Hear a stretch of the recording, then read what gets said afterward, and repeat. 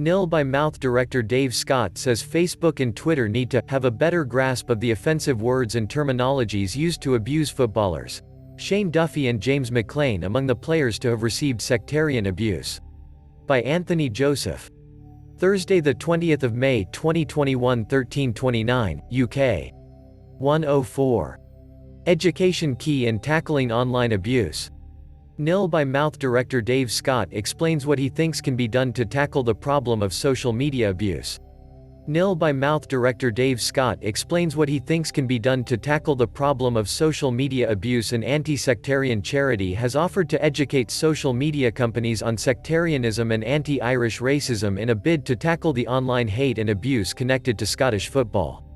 Nil-by-mouth director Dave Scott says Twitter and Facebook need employees to be informed and have a better grasp of the offensive words and terminologies people use to abuse footballers and others in society when dealing with reported abuse on their platforms. Instagram, which is owned by Facebook, took no action against a user who sent sectarian abuse to then Celtic defender Shane Duffy in March. Stoke City's James McClain also called out the anti-Irish abuse he receives regularly on social media. Scott believes there is an education issue and has openly invited the big social media companies to take part in a workshop, and even suggested staff shadow a high-profile player to see the type of abuse they receive daily and the impact it has on them. He told Sky Sports News, Nil-by-mouth would be only too happy to, free of charge, sit and work with, for a week or 2 weeks, employees of Facebook or Twitter to show them some of the terminologies. We can show them examples of tweets that are sent to us, on almost an hourly basis, and say, do you know what this means? Do you know the context of this? Do you know what this can provide people? 213. Justice Secretary wants Rangers fans banned. Scottish Justice Secretary Humza Yousaf has condemned Rangers fan celebrations in Glasgow and wants those supporters who broke the law handed lifetime bans from Rangers. Scottish Justice Secretary Humza Yousaf condemned Rangers fan celebrations in Glasgow and wants those supporters who broke the law handed lifetime bans by the club. We'd be happy to do that. And several organizations would come together for such an event to help and support each other and learn from each other. What a great step forward that would be if social media companies wanted to do that. We did some basic analysis over the weekend and it was astonishing the amount of racist and sectarian and horrific words which were being used on social media accounts in Glasgow. We are talking tens of thousands. We need social media companies to understand how they help solve this problem. Ultimately, they can't be held responsible for what people post. What they are responsible for is the platform where that comes from. If someone is sending a message through Instagram, which was the case with Shane Duffy, or through Twitter, be it on a public forum or through direct messages, we've got to make sure these organizations act by suspending the accounts and work with police to give the coordinates of where this person is because they've broken our rules and broken law. But we also need them to understand the words and terminologies that are used. Image. Former Celtic defender Shane Duffy received sectarian abuse on Instagram. We've seen football trying to make a change. We've seen football say, look, we're switching off the lights on social media for 3-4 days to challenge racism in different forms. Now we've got to see real change. We need people to be informed, they need people to buy into it, and they need to work with people who work in that field day in day out to have a better grasp of the words, the language, and the harm caused. If they don't want to speak to me, speak to people who have been affected. Come and speak to people like Neil Lennon or Shane Duffy. Ask them about their experience and how it has impacted them. Maybe ask somebody high profile to have a day shadowing your Twitter account and show them the selection of tweets, because it's depressingly easy to find. Sky Sports News has contacted the SFA, SPFL, Facebook, and Twitter for comment. After the weekend's disorder in Glasgow as Rangers fans celebrated their Scottish Premiership title win, many politicians and key figures in Scotland, including First Minister Nicola Sturgeon, hit out at the vile anti-Catholic prejudice on display.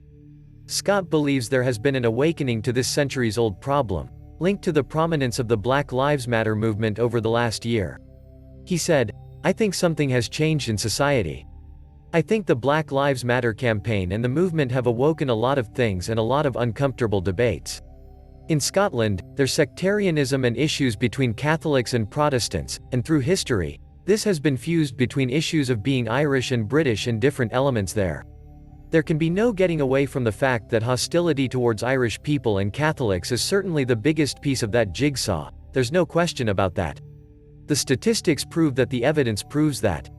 It's not the only piece of the jigsaw, so you have to reach for the other ones if you want to solve the puzzle. But people are very motivated at the moment about taking these things on. I think the politicians are saying they are exacerbated about it. Football needs to do something about this, football needs to act. Not just statements, we need to do something about it in society. But the problem is, when it comes to this, sometimes people are very quick to point the finger and less quick to look in the mirror. Until we take responsibility for our issues and our problems, then this stuff risks happening again. This is the second time in several weeks where we've had something set up with a so-called party atmosphere that has descended into sectarian and racial hatred in Glasgow city centre. And that just cannot be allowed to continue. Image. Facebook owns the photo and video sharing social network service Instagram. With fans likely to return at some point next season in Scotland, sectarianism and anti-Irish racism could rear their ugly head at football stadiums again. Nil by Mouth is campaigning for Scottish football to implement the UEFA three-step protocol, which would allow players to walk off the pitch if unlawful chanting continued. Scott believes this would help to tackle the issue in football and accused the SFA and SPFL of trying to hide from it. He said, "We've campaigned for UEFA's three-step protocol to be implemented in Scotland. If there's racial abuse on the pitch, the referee stops and an announcement is made on the tannoy. If it happens a second time, he walks the players off the pitch and brings them back again.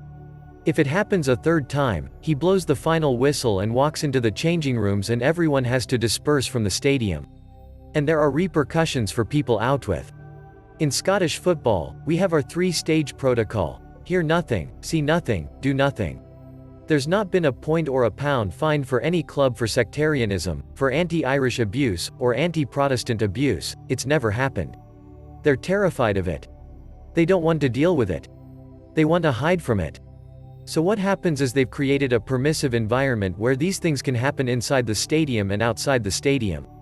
Twitter has told Sky Sports News it would welcome the opportunity to engage and hear ideas from partners on sectarianism and anti-Irish racism in Scotland.